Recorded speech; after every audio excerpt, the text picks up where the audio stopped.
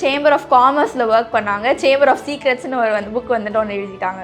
அடுத்து பார்த்தீங்கன்னா இவங்க அம்மா இறந்தாங்க இல்லையா, அப்போது என்ன ஆகியிருக்கு, இவங்களுக்கு வந்து அவங்க அம்மாவை நேரில் பார்க்கணுன்னு இருந்தது. ஹாரி பாட்டருக்கு வந்துட்டு அவங்க அப்பா அம்மா 2 பேருமே கிடையாது. Mirror of இரேஸ்ட். ஸோ அதோட கான்செப்ட்டும் வந்துட்டு இவங்க பர்சனல் லைஃபோட ஒரு இன்ஸ்பிரேஷன் அப்படின்னு சொல்லலாம். ஹாரி பாட்டருக்குமே வந்து பேரண்ட்ஸ் கிடையாது. ஸோ அந்த மிரர் முன்னாடி ஹாரி பாட்டர் போய் நிற்கும் போது அவர் மனசுக்குள்ள இருந்த ஆசை என்ன, அவர் வந்து அவங்க அப்பா அம்மாவோட சேர்ந்து வாழணும் அப்படின்றத வந்து அதில் காட்டியிருந்தாங்க. அதே மாதிரி தான் இவங்களுக்கும் தோணிருக்கு, சார் இந்த மாதிரி ஒன்று இருந்தால் நம்ம அட்லீஸ்ட் பார்த்துட்டாவது இருக்கலாம் நம்ம அம்மாவை அப்படின்னு அவங்களுக்கு தோணிருக்கு. அந்த ஒரு கான்செப்ட். இன்னொரு கான்செப்ட் என்ன அப்படின்னு பார்த்தீங்கன்னா, ஹாரி பாட்டர் அவரோட அந்த சர் நேம் பாட்டர் இருக்குல்ல, அது எப்படி தெரியுமா வந்துச்சு? இவங்க சின்ன வயசு, அதாவது ஜேகே ரவுலிங் வந்துட்டு குழந்தையா இருக்கும் போது அவங்க ஃபேமிலியாக ஒன்றா இருக்கும்போது அவங்க பக்கத்து வீட்டில் இருந்தாங்க, அதான் அவங்களோட நெய்பர்ஸ். அவங்களோட பேர் வந்துட்டு Potter. So they were call the Potter family.